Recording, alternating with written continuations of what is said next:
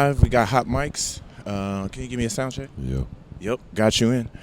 All right, 1 2 1 2, and 3 2 1. Welcome back to another edition of the Hip Politics Podcast. It's your boy, your co-host, Cameron Trimble, Mr. Cameron Calvin, aka Mr. Hip Politics, aka Mr. 216 to the 202, aka Mr. Cam the Connector. And today is a very special day. This is going to be another special edition live and direct. We're not in the Hip Politics studios as normal. We're on a really nice rooftop in the middle of downtown D.C.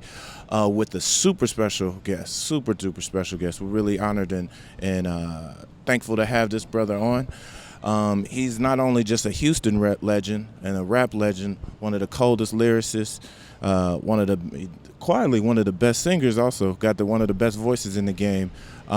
Certified, been in the game for over 20 years. You may know him through his ABN label and network, through all his philanthropic efforts, through his I'm On series. So many different things. I could go on for days and days. But we got my man Trae Tha Truth in the building. Thank you, Trae. What up, G? Thank you for joining the Hip Politics Podcast. Thank you, brother. It's all good. Well, we have you out here. Thank you. I want to first thank you for the people. Trae came out. We honored him with the MC, the Mobilizing Community Award, at our first annual Hip Politics Awards. We're coming live during Congressional Black Caucus Week. If you'd have heard on last week's episode when we interviewed Ben Branch, one of the orchestrators of the week, you knew this was coming. This is like the Super Bowl of Black politics, Super Bowl of Black excellence. All the different people from the politics, from business, artists, everybody's coming together here to try to make some change. And we brought Trae out. Trae, like I said, I'm glad we're actually doing this interview today and not yesterday, because I've gotten a chance to talk to you, kick with you, see how you move, like see your work, kind of hear your words, and even pick up some gems and some wisdom along the way. So I really appreciate that. I appreciate you see the effect that you have on people, how many people are coming up and just showing love. So I want to first say thank you on behalf of the whole entire Hip Politics family for coming out, for coming to D.C., for coming to our awards as we got kicked off. Like I said, you've been really inspiring all the work that you've done. So no, it's a blessing to be here, man. I appreciate y'all for having me. No, thank you. So I know a lot of, and mostly in hip hop, when people get awards or when people get the recognition, it's just about the music, about how big the single is, or how big the song is, or how big the collab is. You got all that, but we really wanted to honor you, and the reason why I wanted to have you on the podcast with Hip Politics, what this platform is built for, is to really merge the worlds of hip hop and politics, but not politics just on getting people elected, but the political power and the social power of change to get people up and active. So even if politics, that word is a dirty word, it's not your thing. You engage in a sort of politics, a people politics, in the sense of you really get the community engaged. I wouldn't really say it's politics. It's just me and the people. I mean, for people like myself, we work hard to stand for things that we believe in, and even just to stand up and fight for what's right and who we believe in or what we believe in. So more in that aspect, it's just more just being there for the people. The politics, that's never really been my thing. I'm one of them. I just do what I feel at the time. I get up and go. I don't need to sit around and politic and come with ideas. I just kind of move on impulse. I got you. Well, I think to that, something that you moved just because I know there was a need, and something I know you're still connected to, your work last year after the devastating the hurricanes that hit and that really flooded your hometown. I got family out in Houston. My uncle, he sent us all a picture of him in his own he had a little canoe sitting in his driveway with the water above his pickup truck, but he was like, hey, I'm all right, I'm okay. But while a lot of the notoriety went to some other different celebs that were bringing in money, you were bringing in not just money but people, resources, and really staying in there. Can you talk about your efforts with the Hurricane Harvey relief? It's not just my efforts. It's always, I let people know, me and my partner, Mr. Rogers, we formed a relief gang, and from there it's just been, a lot of our team that just stood up We're giving out over $1 million, probably $1.5 million worth of supplies, money. Like, we've done all kinds of stuff. We helped Puerto Rico since the hurricane. I was in the Carolinas after theirs. I went and helped Florida after theirs. So, I mean, we get up and do what needs to be done, man. But it's still so much more work to do. And in Houston alone, people are worried about the hurricane. We worried about just rain, because the rain is what really do the damage. It can rain for a certain amount of hours in Houston, and certain parts of town flooded. Because you guys are like not used to that amount of water and rain, and the city not set up like that. I didn't know it was that bad. I think we got to get new drainage because water has nowhere to go, so it just rises. What kind of efforts are, in terms of just being supplies? Like, what have you been doing? I know since that has happened with the relief gang, or just on your own efforts. Like, what can you speak a little bit more about what these communities need, so we can use that platform to kind of send more supplies and help their way? Help and hope. Help, because there's so many people that need assistance, and some people even since then that just dropped everything and decide to start over.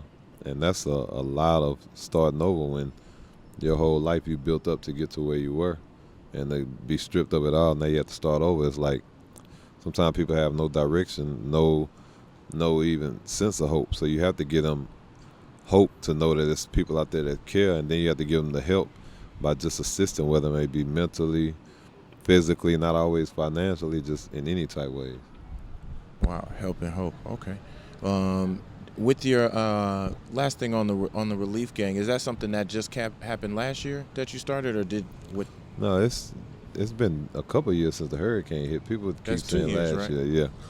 But relief gang is under my nonprofit Angel by Nature, ABN. And that's been around forever. So relief gang is a branch off of that. So it's one of the subs that's within, and it's not going nowhere. We do stuff constantly all the time. Like I said, we've been talking. I definitely want to find ways for us to work and partner on that. The other big thing, like I said, when I originally told you, I knew you from two things.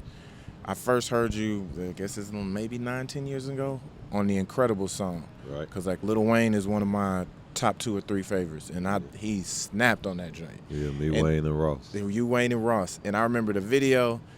It was simple yet impactful. Like the cars, the fire.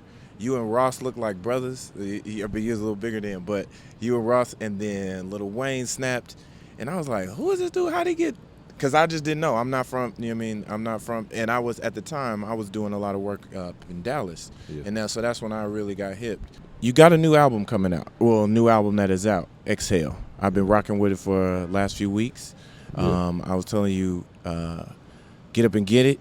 I gotta get it. Like, I gotta get it.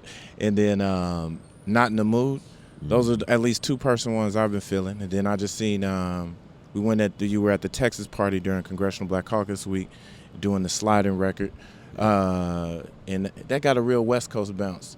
Yeah. But this whole project, I noticed, no features. I mean, you the feature king, and yeah, I just where I was at mentally and everything I was going through, I felt like nobody could tell my story better than me. And it was just something that was overdue. A lot of fans always begged for them to be able to just hear me. And I just never really paid attention to it. And I decided to get out and do it now, and it's even more crazy because people receiving it more than they receive some of my other stuff. Like, it excites them. So, I mean, I don't know if I'm going to forever not do features, but this is definitely the moment to let them have me by themselves.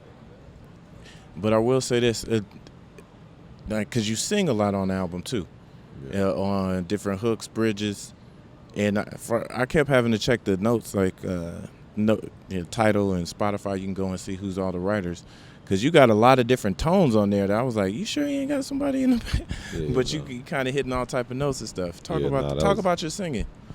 I don't know. I mean, my mother used to sing, so originally I was always able to sing, but I can really rap, so I love rap. A lot of people, when I first came out, I was doing melodic stuff, That's what people knew me as, and they just used to always ask, and I strayed away from it. So with this project, I actually kind of brought them back too. It's what they need, and then a lot of music these days is melodic, and they don't really know. Like we're one of the few who originated doing that. And I would say I guess your appearance and persona, probably people wouldn't necessarily immediately think that. That's what I said. Even my ass off. yeah, you can, because like I said, the moment I got on there, I was like, "You sure this don't got a feature? Maybe an uncredited feature?" And it's like, "No, this is all me." Yeah. I know there was one song, and this is something that's been in your catalog. It's probably one of the biggest things you know for in the game. I was looking forward to, so I'm hoping it's coming on the next project. I'm on 4.0. Is that coming anytime soon? The series not over, but when I do them, if you pay attention, they don't really even go on albums. I just do them to do them. No, they just pop up, and then they'll be like the last song on an album or something. Sometimes I just put it out. Yeah. But it'll be around sooner than you know. Okay. All right. That's something I know the people. I know me as a fan, and I know people as a fans are really interested in. Because I heard you mention on another interview, one of your, I'm on 2.0. That was one of the first songs that you got Kendrick Lamar and J. Cole on that wasn't one of their individual songs. Yeah. Like, so it shows the power of your network, your reach, your relationships. Yeah, most of the people I do music with is considered family to me. So I got real strong relationships with a lot of them. Where music is kind of the least of our relationship. So. I got it. Yeah, and you don't. Yeah. We can't wait. I know you said I've heard you mentioned a couple times you're sitting on a lot of unreleased music. So whether if you ever decide to 2,000 records. 2,000 records. Wow. It's built up over time. Last few years. Wow. Well, hopefully you let us reach into the vault. I know you constantly making new and striving to do new stuff, but let's believe me. I know the fans want to hear some of that.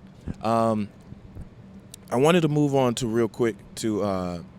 We talked about some of your relief efforts, talked about your relief gang, talked about the new album, but I would say I know you from two things. I know you from when I first saw you with Wayne and Ross, and then I heard about Trae Tha. I heard about Trae Tha first. Like I said, I used to work in Dallas, and the news had gotten up there. I mean, I just keep my ears to the street on anything hip hop, and then I just seen every artist talk about it. I seen they mention it on the Breakfast Club for years. I seen different whenever you mentioned or different Houston people like, artists like Trae Tha Truth doing Trae Tha. Can you? You had another annual Trae Tha again this year. This was your 11th, I believe. Yeah. It's always gonna be Trae Tha.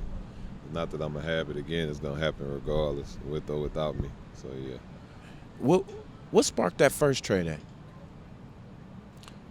The first Trae Tha, it was given to me by the city.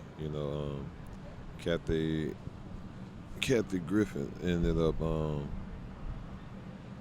reaching out to me at an event, and when Kathy reached out to me, she asked me about what I think about getting my own day for all the stuff I did. At that time I was like, yeah, right, and she ended up reaching back out shortly after, like, hey, these are the options of days we got. What day you think? And I'm, at that time it's like, it seemed like these people for real. And I ended up picking one of the dates they gave me that was the closest to my son, Nico. It was the day before his birthday. And that's in July? Yeah, in July. And we ended up doing it. They had a whole ceremony, and what happened on the first Trae Tha is once everybody found out I had a holiday, the whole hood was just out.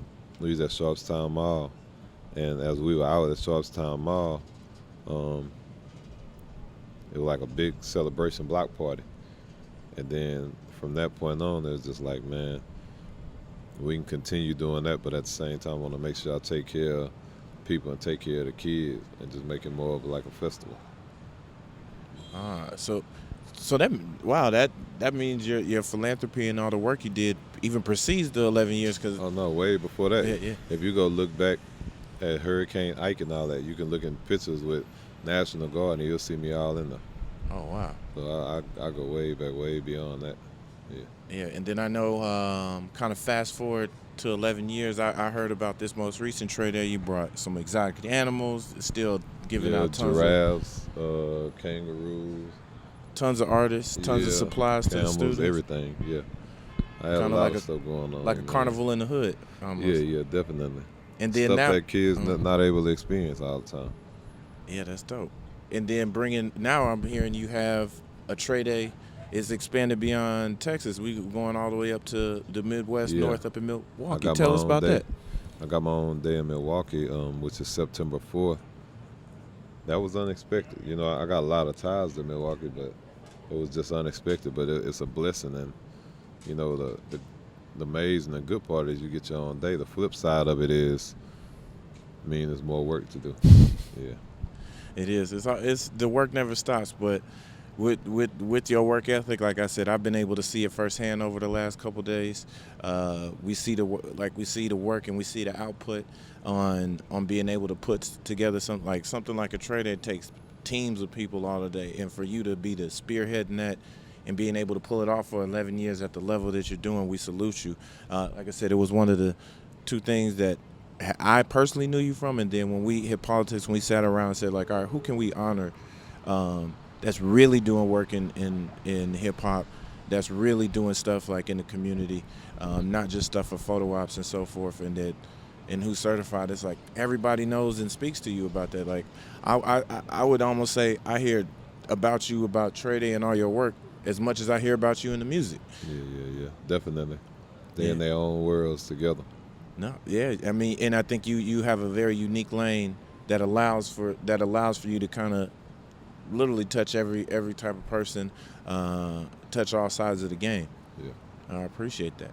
for sure. Well, I wanted to kind of close out.